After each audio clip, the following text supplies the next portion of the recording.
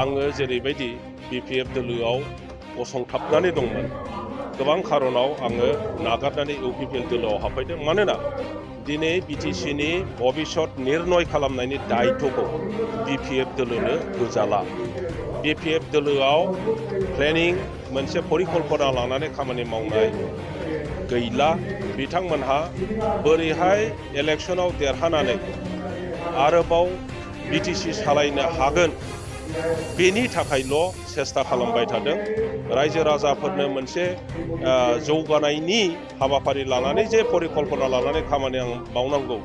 जायगायाव बिभिन्न जाति गस्थि धर्मालम्बीफोरखौ राजनैतिक भाबै सामाजिक भाबै ज' खौसे खालामनांगौ ओनसोलाव नांलायनाय गैया बुलायनाय गैया मोनसे सान्थि परिस्थिति सृष्टि खालामनांगौ बेबायदि परिकल्पना BPF-नाव गैया मोनसे गोसोखां कमिउनिटि नब्ला बेखेवनायजों लोगोसे दिनै BPPL-नि मोनसे सावरायमेल जथुम्मा बेखौ लाना मा बुंनो आङो BPF नागारनानै UPPL दोलोआव फैनायनि उनावहाय गुबुन गुबुन डिस्ट्रिक्ट आरो ब्लक कमिटिफ्राव हाबनानै रायजो राजाफोरजों रायज्लायदों UPPL दोलोनि बिभिन्न मिटिं आं गाफादों आरो बे हिसाबै दिनै सराइबिलाव सुजित नार्जारिनि मुङाव BTC-नि 40टा समस्तियाव जि 40टा कमिउनिटि हल लुनाय बा लुफुंबाय बेफोरखौ बेखेवनायनि हाबाफारि लादों आरो बेबायदिनो नैबे बर'बादा सराइबिल समस्तिनि सिङाव बर'बादायाव बे न'खौ लुफुंनाय जाबाय आरो बेखौनो दिनै बेखेवनाय जादों बे हाबाफारियाव आसामनि केबिनेट मन्त्रि UG ब्रह्म बिथांजों लोगोसे EM BTC-नि EM राकेश ब्रह्म आरो बेनिफ्राय जायगानि MLA जिरन मुसाहारिजों लोगोसे आङो फैफानानै बेवहाय मिटिं गाफैदों नुनो मोनदों जे सराइबिल हिसाबै दिनै UPPL दोलोआ रायजो राजानि समर्थन जोबोद मोजां आरो जोबोद स्ट्रं जानानै दं बेवहाय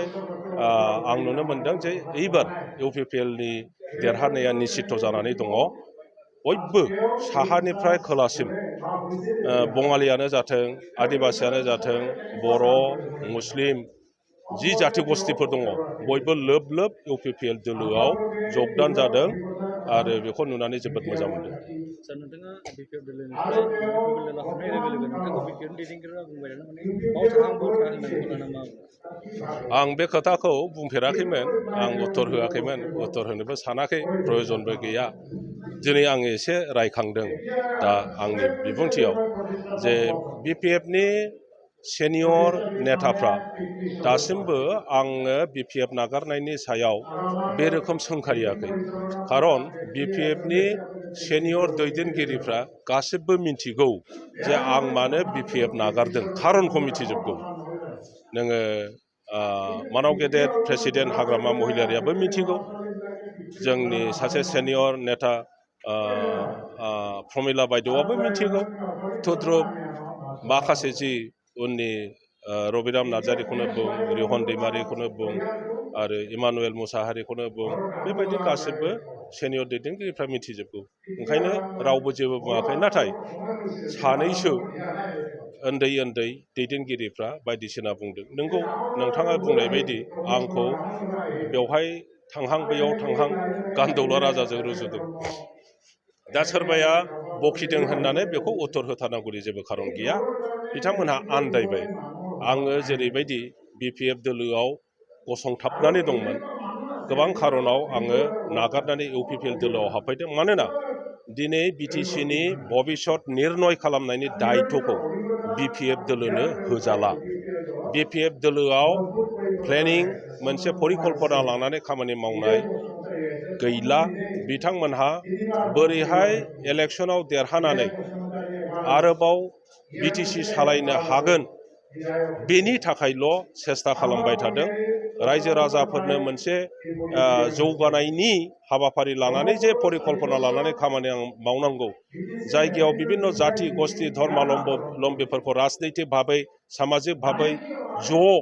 खौसे खालामनांगौ ओनसोलाव नांलायनाय गैया बुलायनाय गैया मोनसे सान्थि परिस्थिति सृष्टि खालामनांगौ बेबायदि परिकल्पना BPF-नाव गैया। गुबुन गुबुन जाति गस्थिनि भाषा संस्कृति साहित्य उन्नयननि खोथा बेनि थाखाय खामानि मावनांगौ बिथांमोनहा दिनै मोजां परिकल्पना लानानै मावनायखौ नुनो मोनाखै। बरन्स दिनै UPPL-आ बेफोरखौ मावफुंनो थाखाय मोजां परिकल्पना स्ट्रेटेजि लानानै दिनै लासै लासै मावनायखौ नुनो मोन्दों। बेखायनो मोनफ्रोमबो जाति गस्थिनि दैदेनगिरि एबा रायजो राजाफ्रा UPPL दोलोनि प्रति नोजोरा साबसिन जादों आरो आकर्षण जादों। ओंखायनो दिनै UPPL दोलोआनो फैगौ इलेक्सनाव जेरैखि जाया देरहाखागोन आरो सरकारखौ UPPL दोलोआनो दागोन।